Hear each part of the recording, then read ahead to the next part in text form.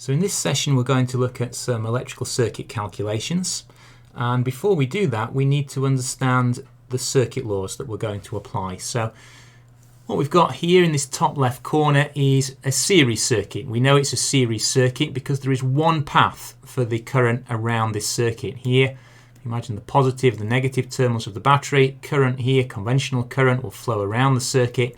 Whatever current comes through this first resistor, if we call that R1, the same current will go through the second resistor R2.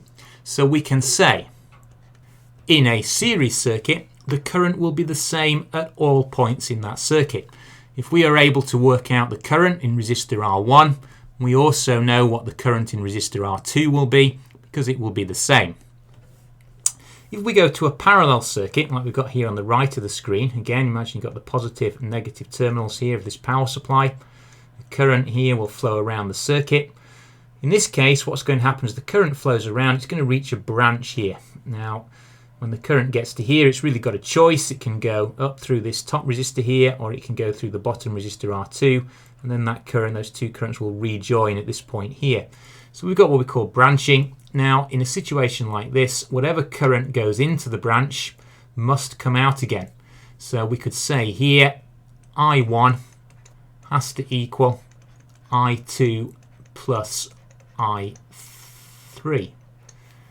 And that really follows from the law of conservation of charge. Remember, current is just rate of flow of charge. Whatever charge flows into this junction is going to have to flow out again, and therefore the current in must equal the current out. Sometimes call that Kirchhoff's first law of electrical circuits. Current into a junction equals current out in a parallel circuit. If you've got components connected in series, then the total volts across those series components will equal the sum of the volts across each component. So here we can write, if V is the PD between these 2 points in the circuit, and I can mark there, then V will have to equal V1, the PD across resistor 1, plus V2, the PD across resistor R2. So here V will equal V1 plus V2 for a series combination of resistors. We can look at this more complicated looking circuit. If there's no internal resistance here, the EMF of the supply will have to equal V1 plus V2. In other words, the sum of the PDs will have to equal the EMF.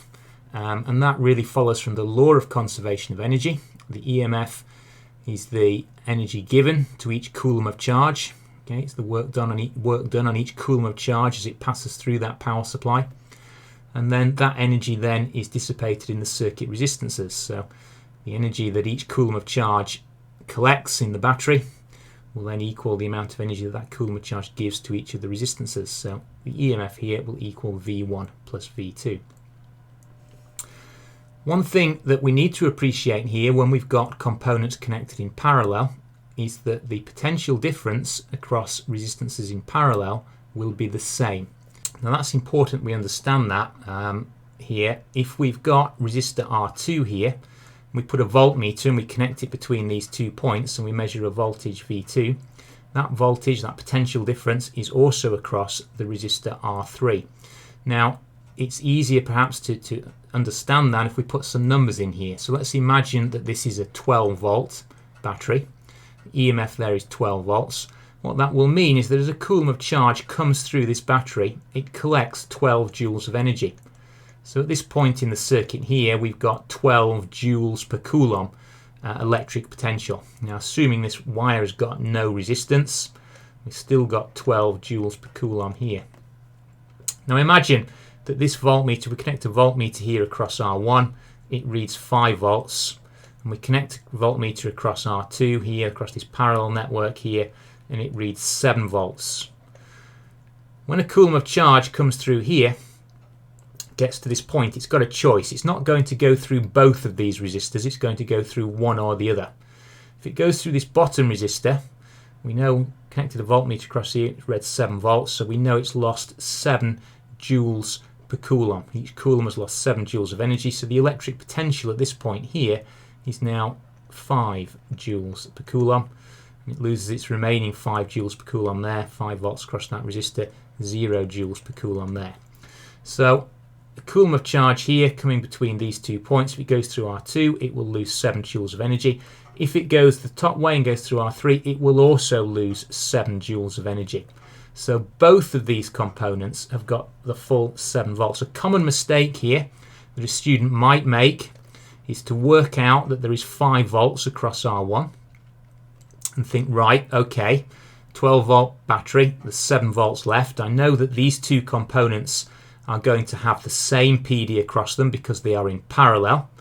Therefore, they're each going to have 3.5 volts. No, they're both going to have 7 volts. They will both get the full 7 volts because a coulomb of charge here is only going to go through one or other of these resistors. It's not going to go through both. So 7 volts across that one, 7 volts across the top one, 5 volts across resistor R1. So if we just recap what we've said there, if we've got a series circuit, the current will be the same at all points. If it's a parallel circuit with branching in here or here, then the current into that branch will equal the total current out again. For a series circuit, the total volts across resistors in series will equal the sum of the PDs across the individual resistors.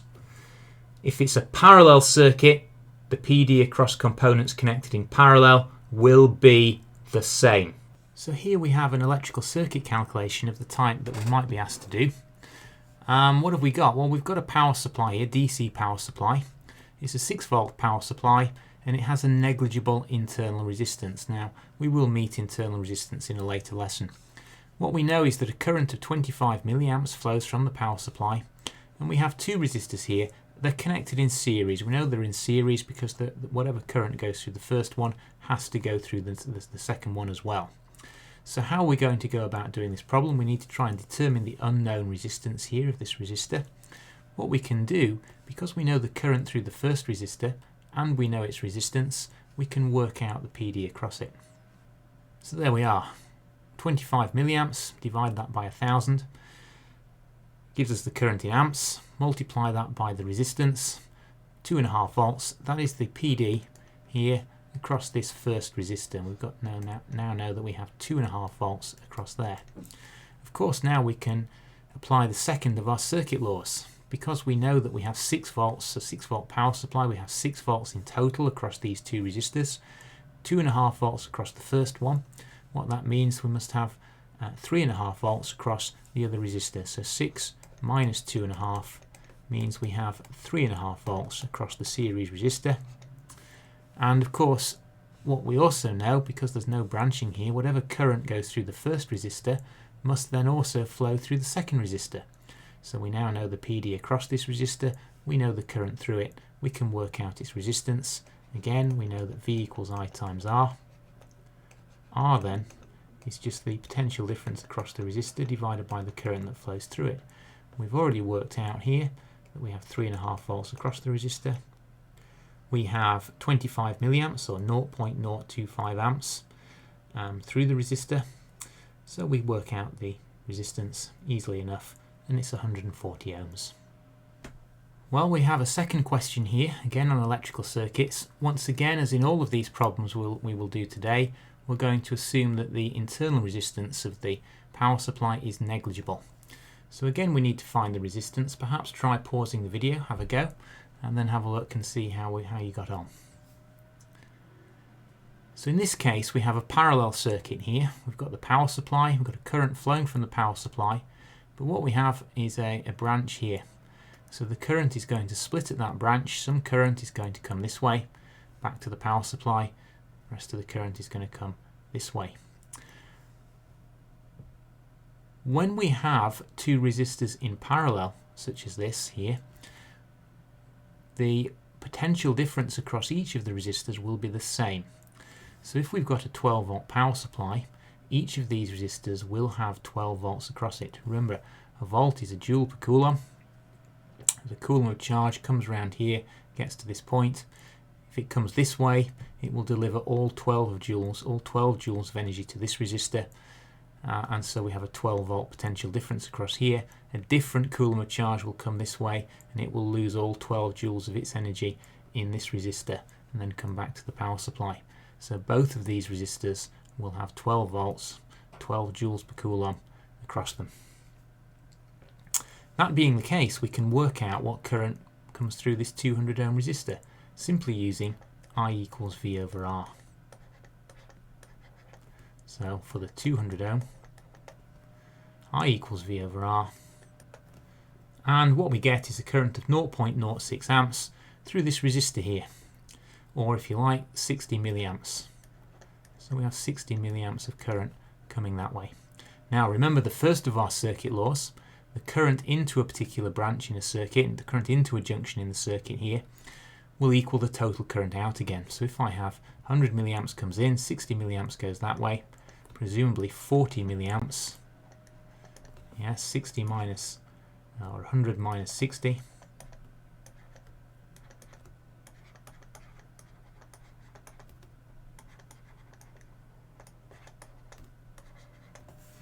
we've got 40 milliamps through our resistor R.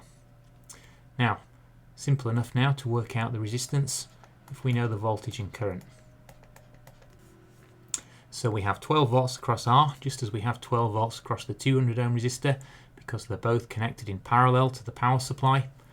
We've worked out, using the first of our circuit laws, because we know 100 milliamps comes into this junction, 60 milliamps goes out through the 200 ohm, so the other 40 milliamps comes through R. We know the potential difference and we know the current across our resistor. Simple enough then to work out the resistance. Okay, here we have another circuit. Again, negligible internal resistance, and we're asked to determine the reading on the voltmeter. So perhaps again pause the video and have a go at that one. Okay, well here we go. What have we got this time then? We've got two resistors in series, a 40 and a 70 ohm. We've got to work out the PD across this one. 6 volts in total across these resistors. Now, this is a series circuit, so what we know is whatever current goes through the first resistor will also pass through the second one. So we've got the same current in both resistors. We can work out what current flows from the power supply simply by using I equals V over R, and using the total potential difference across the total circuit resistance. So here we go. So, two resistors in series, total resistance 40 plus 70, 110 ohms, 6 volts in total across that resistance. So we have an effective circuit resistance of 110 ohms and 6 volts across that effective circuit resistance. I've written down the current here, written it down to 4 significant figures simply so that I don't get a rounding error later on. Now, once we know the current that passes through current that flows from the power supply and passes through these resistors, we can work out the PD that is across the 40 ohm resistor simply by applying V equals IR. And we come up with a potential difference across the 40 ohm resistor of 2.2 volts. I know that 0.05454 amps flows through that resistor. It's a 40 ohm resistor, V equals IR. We can work out the potential difference across it. What that means, the other 3.8 volts then will be across the 70 ohm resistor. Now here we have a tricky little problem which can easily trip you up, so it's worth taking a little bit of time to understand this circuit. What have we got really here? We've got a power supply. It's 12 volts DC, and once again there's no internal resistance, or whatever internal resistance there is negligible. Now we have 3 resistors in this circuit. Let's just have a look at where they are connected. Clearly resistor R is connected in parallel with the 200 ohm resistor. We can see here that we have a junction in the circuit. The current will split at this point. Some will go through R, some will go through the 200 ohm resistor. What about this 100 ohm resistor though?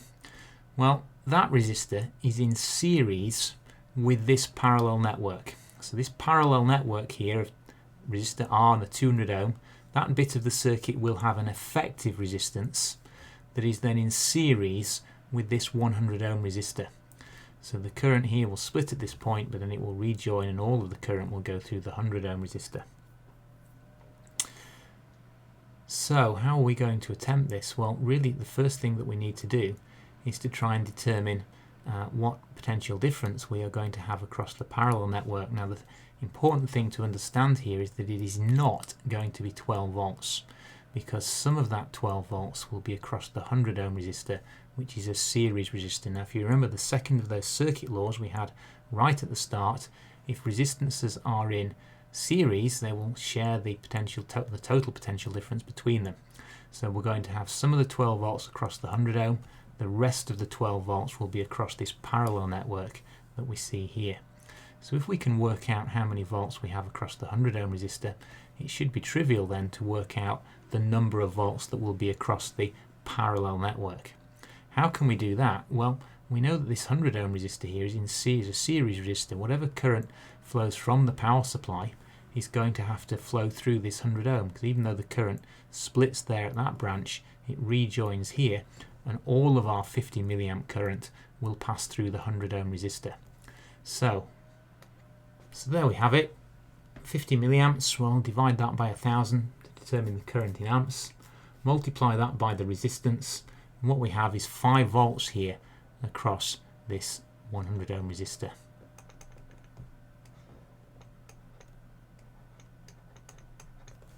Now then, we can now work out the PD across the parallel network. So we know we have 12 volts in total across our circuit resistances. 5 of those volts are across the series resistor. The other 7 volts then, 12 minus 5 equals 7, the other 7 volts is across our parallel network. And we know that for resistors in parallel, both resistors will get the full voltage that is across that parallel network here. So we will have 7 volts across R. We will also have 7 volts then across the 200 ohm resistor. We can now easily work out the current through the 200 ohm resistor simply again by applying V equals I times R, or I equals V over R. So we can determine that we have 0.035 amps, or if you like 35 milliamps, flowing through our 200 ohm resistor.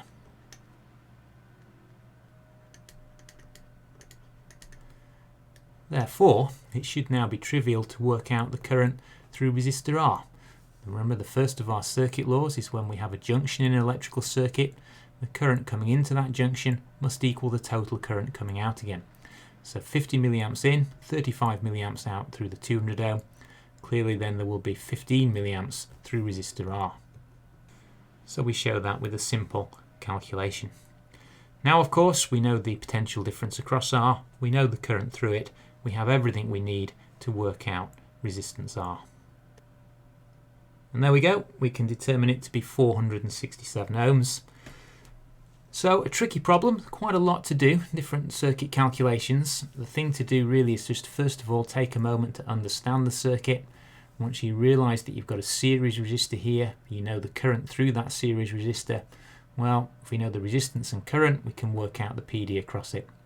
Once we know the PD across this, we can work out the PD across the parallel network that is in series with this resistor, simply by subtracting the voltage off. So 5 volts across the 100 ohm means that the other 7 volts must be across this parallel network.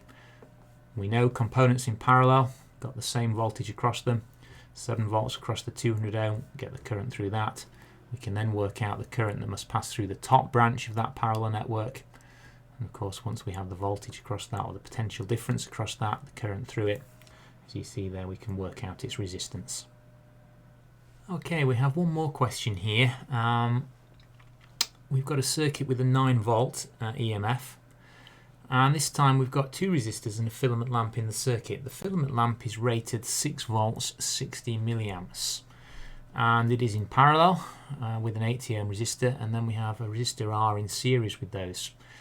Determine the value of R that would see the filament lamp lit to normal brightness.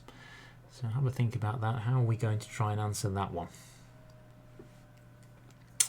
Well, to be lit to normal brightness, the filament lamp is going to require 6 volts across it and have a 60 milliamp current through it in that situation. So basically what we're going to need here is a series resistor, resistor R, has got to be such a size that there's going to be 3 volts across R and 6 volts across this parallel network that we have here.